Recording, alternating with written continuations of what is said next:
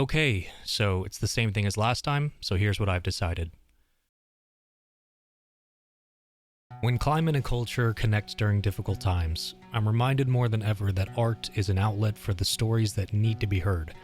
And as I attempted to write out my thoughts in different ways on prior videos, none of them were able to serve as my fully honest, thought-out opinions on Season 2. And if that is of any interest to you, then you are this video's target audience. Spoilers, of course. With all that out of the way, here we go. May the Force be with you, Captain.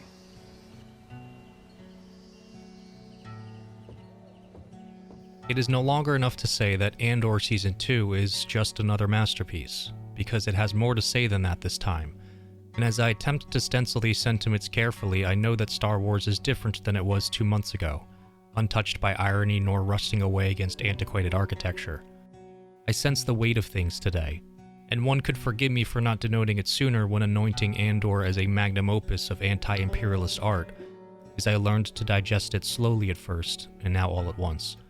Reviewing it has become a daunting affair, even more so than the first sonnet of its kind, as this time the experience sits amidst a world in crisis, in contexts that are difficult to downplay. At any time of day I'd note over and over again that the soul of Star Wars has felt adrift for a while, that the spirit of an older era was waiting for a remaster, and the window for this once-in-a-lifetime phenomenon was waning. If only Star Wars could unite under the idea again. It's akin to describing David as the absence of his Carrara substratum, or Alan Moore's Watchmen under the guise of moral calculus, or Da Vinci's Lonely Muse as the lingering of the veil. There's a conviction conclusive within us, beyond our chosen burdens, and seeing it to fruition is a feeling we all understand. It comes from a perspective so rooted in our history that what humanity is left behind has found its way out again, and again, and again, and again, and because of that, Season 2 craters an impact far greater than I ever understood. When looking at this Star Wars as the experience of our time, it's hard to describe it as anything other than overwhelming. In a moment in the 2000s where there are no certainties left, Andor Season 2 is an honest reflection of who we are and where we are. It's how Tony Gilroy conceives of his magnum opus, exploring the whys and hows of those he reduced down to metaphors, and he connects them all with the hope that one day they will serve as the ancestors of a freer people. For me, I can't think of anything more important than that fundamental message, how it calls upon over 40 years of Star Wars for this second chance at life, and under new construction is once again as timeless as it is prescient, a revolutionary piece of fantasy that overlaps with Season 1 vertically and perfectly. It is so overwhelming in its nuance and poised in its navigation, and in a time like ours, in a world like this, I'd consider that core hope to be Star Wars' signature stroke of Sonder, where it once again finds meaning through a divinely timed messenger, because this story is about people, and none of us are simple or suffice. If there is one triumph worth celebrating, beyond this 24 episode masterpiece, it's that Star Wars has finally found a place in the 21st century, and thus why all of it feels so different now. Because it is. But none of that can take away what he did, and how hard it was. I don't know if what he was told is true or not, but it's insulting to hear him run down by people who have given a fraction of his sacrifice to this rebellion. Enough! What Diego Luna's Cassian Andor has accomplished as the face of Star Wars is nothing short of outstanding. And to be fair, the entire supporting cast raises this product to levels I'd consider Oscar territory, but done with more gravitas than what often is on the surface. For Cassian, his story was originally told through the continuity of others as an anchor to their griefs. He stood multilaterally along the fringe of Season 1 and came to be when inspiring others to lead.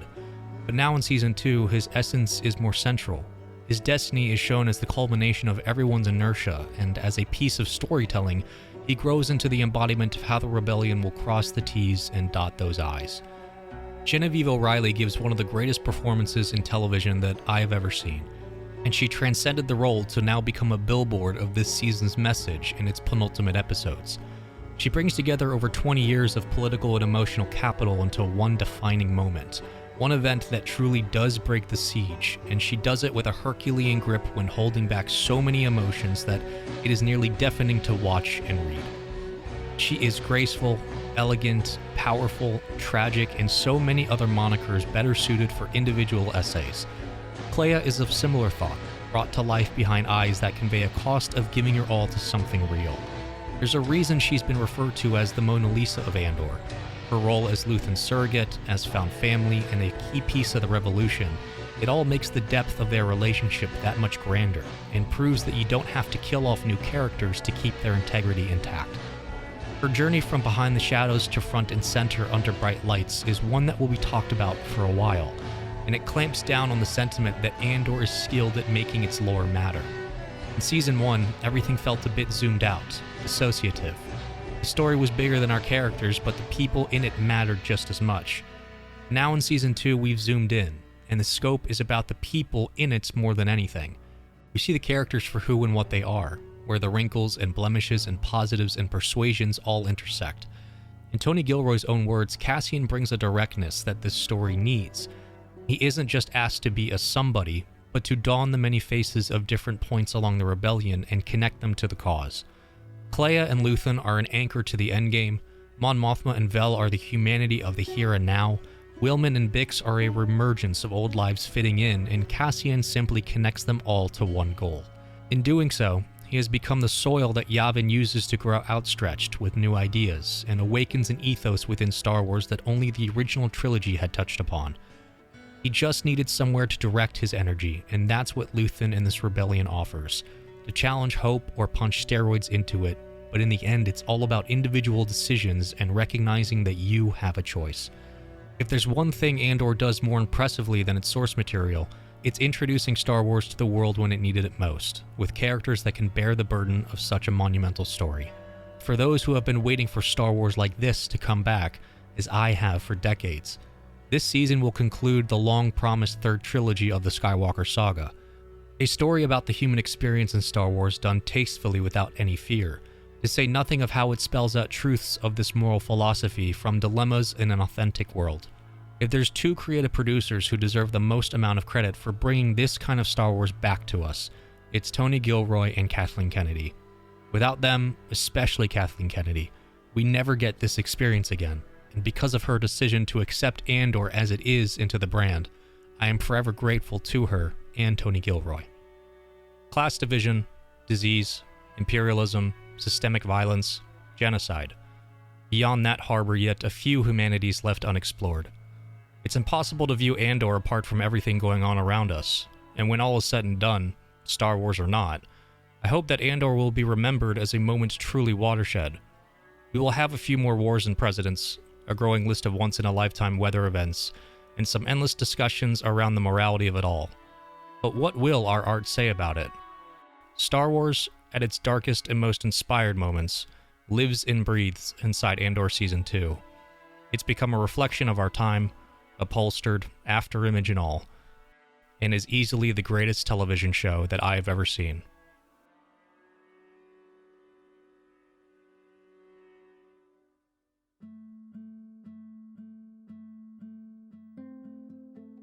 Andor is the best Star Wars book that I've ever read. It is the best Battlefront game that I've ever played. It is the most sincerely directed and delivered piece of science fiction media I have ever had the pleasure of viewing. It is a perfect blend of sci-fi and fantasy for an allegory of the modern age, and as far as gravity will suffice, I'd make the argument that it will be worth its weight in salt long after most other media has turned sour. Should we be lucky enough to survive our own time, I can see this becoming an inflection point in our pop culture. It explores the mundaneness of fighting oppression, how frightening and disorienting it is, and yet how necessary it's become for everyone to do their part. The amount of imagery required to build around the periodic time jumps is considerable, working as its own facet of character study akin to dramatic compositions of late-stage Shakespeare, less of an analogy of his iambics and more of a celebration of seasoned parlance.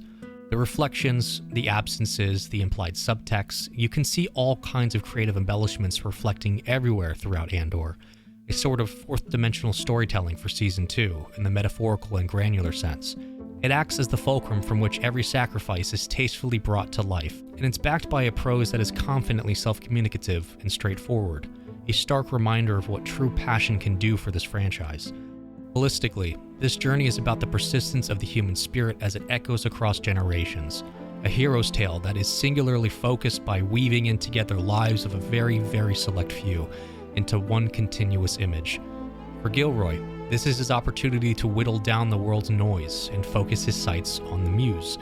In script and on set, he directs characters like Wilmon and Clea and Cyril and Dedra and Partagaz with such entrenchment in their beliefs between subjective realities that the glory of great payoff is pulled out of their burdens. He tasks them with the weight of the world no matter where they end up, and lets the actors live in their character's skin. The Gorman Resistance carries all of their history on their sleeve. Cyril pulls his shattered identity through a proverbial no man's land, and Dedra learns to shove down her humanity, and all without ever breaking character. Clea speaks in multiple languages as a muse, and Partagaz is a bastard who you can't help but listen to intently. These stories and characters are brought to life by real, soulful performances, and it's easily the best that Star Wars has ever had. I don't know how else to interpret the feeling of seeing this saga recontextualize again, remastered in a way that I always hoped it would be. It is a sequel to a prequel to an original story that is retroactively crystallizing its own purpose by actively existing in the present as a cautionary tale recounting history. And I believe that is the Star Wars we wanted after Revenge of the Sith. For me, this is how modern Star Wars was meant to be seen and written and photographed and performed and scored, and it all comes from a place of sincere love of storytelling. From the odyssey of our rebel pilots to his dimension so unwinding, to the sacrifices that hold our breath while the frame sits still, there is a substrate of moral logos attached to this tapestry that Gilroy whittles away at intensely, and it's in his execution that Andor becomes unlike any other Star Wars media. Gilroy did not subvert Lucas's original message, he just evolved it into the next natural stage, quietly, consistently, and without ever asking for more.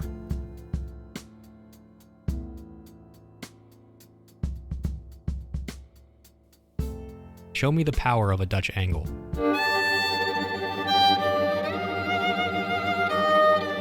Andor cinematography is staggering. The frame is almost magnetic, pulling emotions and negative images out of its subtext and characters, and it all coalesces into a story you'll read differently each time you watch.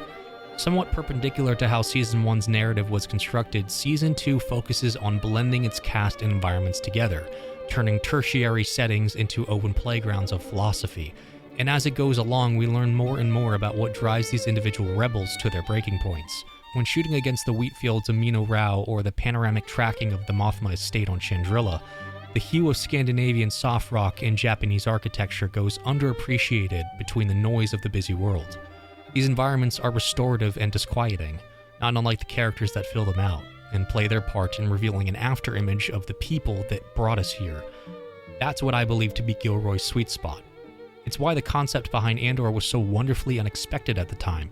Visually and narratively, he reflected the suffering of his world, and the environments themselves became something more consequential.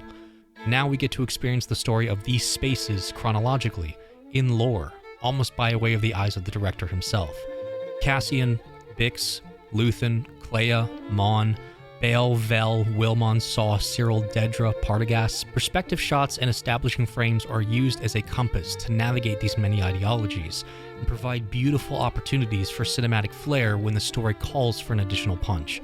Saw is a glutton for self-afflicted radicalization. Luthen is a motivated mastermind of explosive pathos. Cassian is an emphatic fighter for his loved ones. And Mon Mothma cannot separate herself from the moral responsibility of being awake when the Senate is asleep. The expectation of flashy set pieces suddenly falls away, and in its place comes half-page monologues as the cathartic releases. The duels of philosophy we would cling to in the prequels and original trilogy are still here. They're just done so between sparring intellects and bleeding hearts. In Andor Season 2, Star Wars is more revealed than it is created. When Tony Gilroy puts his chisel to task, he makes so many underrated decisions look natural. And what falls away is not an approximation of canon or self-referential nostalgia bait, but a recounting of history that is applicable to all of us. To engage with Andor Season 2 as just another season of television or Star Wars media, and not as it exists at an inflection point of human history, is to engage with its context insincerely, because I believe Andor to be the most critically timed piece of science fiction in modern television. For many years I've held this belief that Star Wars filled two different needs for its audience. While the original trilogy shined in its execution and theater-like staging, The prequels shined in their vision and sweeping narratives. Andor does this both. It manages to bring together allegories both universal and personal, between politics and philosophy and bureaucracy and socioeconomics. For example, the question of where are you can be applied in many ways in Season 2. Physically, in where Bix hunts down Dr. Gorst. Psychologically, how Wilmon joins Saw's side of the fight. Consciously, when Mon Mothma comes to terms with her own limits. And chronologically, where Gorman sits on the timeline as the first big spark of the fire. Cassian is a hero more true to life than many protagonists, and he conveys the emotional maturity of this story in stride. When we first meet him, he's a master chameleon of sorts, surviving through misfortune but nonetheless a talented thief with a knack for timing. He lacked any real malleable conscience in the larger fight, though he acknowledged it, because even though he despises everything the Empire stands for, there is no point in sacrificing his agency when it's all he has left. But after Season 2, I'm more confident than ever in believing that his sister was just a projection, a way to cope with a truth he wanted not to face because he knew fully well that she was gone, as Luthen says. I share my dreams with ghosts. The entire purpose of why all of Star Wars exists in the first place is right there in that speech, following the dreams of the everyman, and now that can be directly embodied by somebody in the franchise. All of the learned struggles of revolution get passed along to the next generation of freedom fighters. From frontier to frontier, it just stays moving, and Cassian is the shepherd. To put it all into focus, his first arc with Luthen gave him an opportunity to change. In his second arc, Aldhani, and Nemik in particular, gives him the clarity to do so, and in his third arc, Narkina radicalizes him with the purpose of acting on it. This has continued on in Season 2, like helping Bix find her place again and rescuing Mon Mothma from Coruscant. Cassian ends up in all of the places of rebellion, physical and spiritual, from Ferrix to Gorman to Yavin, and this is just good poetry. In many ways, he is the perfect encapsulation of the spirit of Star Wars, like the Han Solo who shoots first. He ties everything together and magnifies the tragedy as the focal point, thus removing himself from the fringes of Season 1 and into the spotlight of the frame alone. Know Your Way Out Before You Go In is as much a commentary about Luthen as it is the toll of sacrifice for those who dare to try. Andor never struggles to recognize the Empire's evil or their mechanisms of depravity, and is competent, calculated, and the crowning achievement of Star Wars being recontextualized moving forward. Every part of this 12-episode run, from its cinematography to its lighting and set design and music, to the precision of its vocabulary and the parlance of its performers, it all builds an evolved look at Star Wars that I want to be the standard now. It's in those spaces that Andor has achieved what I long thought was impossible. I thought I would never live to see Star Wars look this good, to look upon it with my own eyes and connect the dots from room to room, to costumes and practical sets and speeches and all-time leading performances. And it is this very style that I find so attractive about how Andor interprets the source material. Gilroy pilots us into a new millennium of possibility and solidifies his Star Wars with a message that's permanent and more authentic to the original story than anything of the last quarter century. Contextualized or not, what this team has achieved in 2 seasons of television is an endless mirror into our conscience as a society, where nothing is guaranteed, everything is a choice, and all we'll ever have is where we are and what we decide to be. I consider that, in every way it can be described, a true miracle, rhyming all the way down.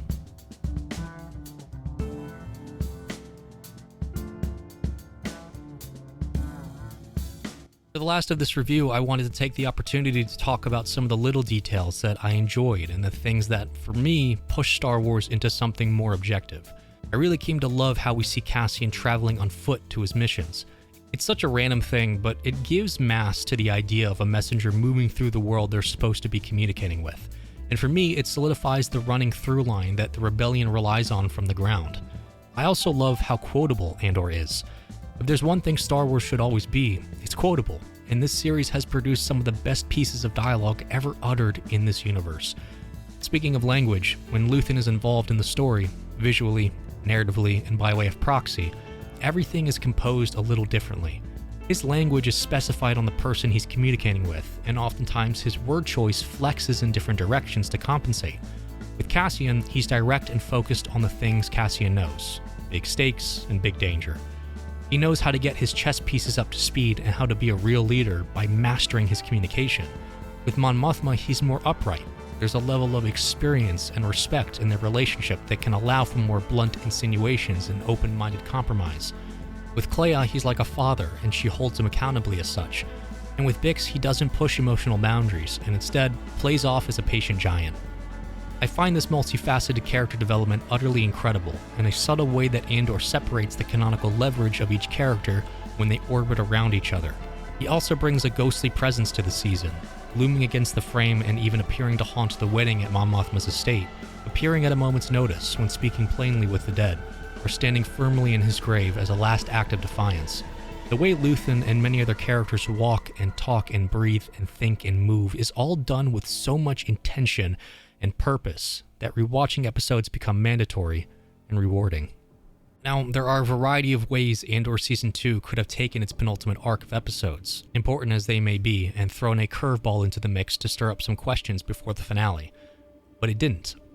By sticking to its guns and reloading the original thesis that started everything, Episodes 7, 8, and 9 provide an unimaginable lift of literary verisimilitude that feeds itself seamlessly into the idea of Rogue One. Next to One Way Out, it took Andor just 1 hour to create an episode of television on the level of Ozymandias, or Two Cathedrals, A God Walks Into a Bar, and College. The Gorman genocide will be remembered as vividly as Order 66 for the rest of time, and I think it should be. I love how Yavin is treated as secretly as the Death Star and protected by so many members through different means at different points of the rebellion. The ways in which they further rationalize their sacrifices and the often imperfect conclusions that come as a result. It's gravity found in all the right ways. When given the time and patience to explore these many performances, Gilroy encourages a stage that is self-sustaining, embossing the spirit of Star Wars into the very particulates that make Andor so specific, and further deepening the diegetic texture of this world. This season holds a special place for characters to find themselves within their environments, whatever form that takes, and it simply works, every single time. The year jump every 3 episodes really forced Gilroy and team to think out their timelines beyond how characters will inevitably carve out narrative space, so the canon gets to adjust naturally and the lore of Star Wars grows richer. And all of that relies on great sequencing, and luckily this season is backed by a mountain of visual storytelling that is as large as the prose will allow. The energy in this season's writing is dynamic as well, sometimes steady and attentive, other times panicked and foreboding. The precision when jumping between characters and their relationships offers a texture that Star Wars has never had outside of Andor, allowing for more of the world to grow up with its audience and not shy away from the truths it cares so much about. Season 2 is as much about the Empire as it is the Rebellion, and I consider that to be a strength that Andor continues to develop from Season 1. For example, Partagaz hearing Nemik's manifesto was a brilliant and tasteful choice of directing. It spoke to his vision for the ISB as a healthcare provider by introducing a cancer-like cell into his system, a system he's worked dangerously to maintain. As the philosophical standard-bearer, he mirrors the position of Nemik in a lot of ways, and when things come crashing down, the only answer left was to be crushed by the weight of Imperial authority, so he commits suicide. Cyril becoming a representation for many normal participants in fascist regimes was excellent. Having his ego death tied to right before his actual death is an astounding moment of television, period. He spends 2 seasons building himself up through hollow ambitions only to have it all turn on him in a split second. And trying to salvage the only part of his old identity that's left by killing Cassian, the inability for him to come home to his truth is what gets him killed, and everything these characters are inevitably becomes their undoing. Speaking of, the Death Star feels more menacing than ever before. The Empire loves the lack of individualism, hence its heavy brutalist imagery. Rebellion is the opposite, often shown in full circles and holistic sensibilities. It's the difference between the two that often is the contention of Andor. To become an individual or not is best reflected in its color theory that matches Andor's aesthetic. Mon Mothma dancing until the anxiety numbs itself is like watching Obi-Wan and Anakin fight Dooku on the Invisible Hand. Considering the influences that Gilroy draws from, most notably Jean Le Carre's espionage novels and the social commentary of the Battle of Algiers, one could consider Andor as the shining example of how to adapt adult themes systematically for different audiences in Star Wars. It's hard to not go down the rabbit holes within Andor and look for the history everywhere. The last time I experienced this much thought about a finale of a series, it was The Penguin making me rethink everything I had experienced. That sat with me for a long time, and to even say that Andor is superseding that moment is just unreal. When Star Wars wants to tell compelling stories, there is no cinematic equivalent that competes with it. I don't know if we'll ever experience this experience again, with any cinematic trilogy. Not even Marvel's Infinity Saga could achieve this kind of retrofitted recontextualization of a cinematic universe that Andor has magically crafted out of bricks and screws. This is a one-of-a-kind ode to a classic, and more importantly, more appropriately, Andor is Star Wars if it ever decides to take itself to the next step, and that truth is bigger than all of us. Thank you, Kathleen Kennedy and Tony Gilroy. When describing the story of Andor as the backstory of this rebellion, I know it'll be a challenge to discuss it in absence of Season 2. These characters and their world have grown so much beyond their 5-year time jump, to where the entirety of this 24-episode masterpiece feels like its own saga that can stand upright forever.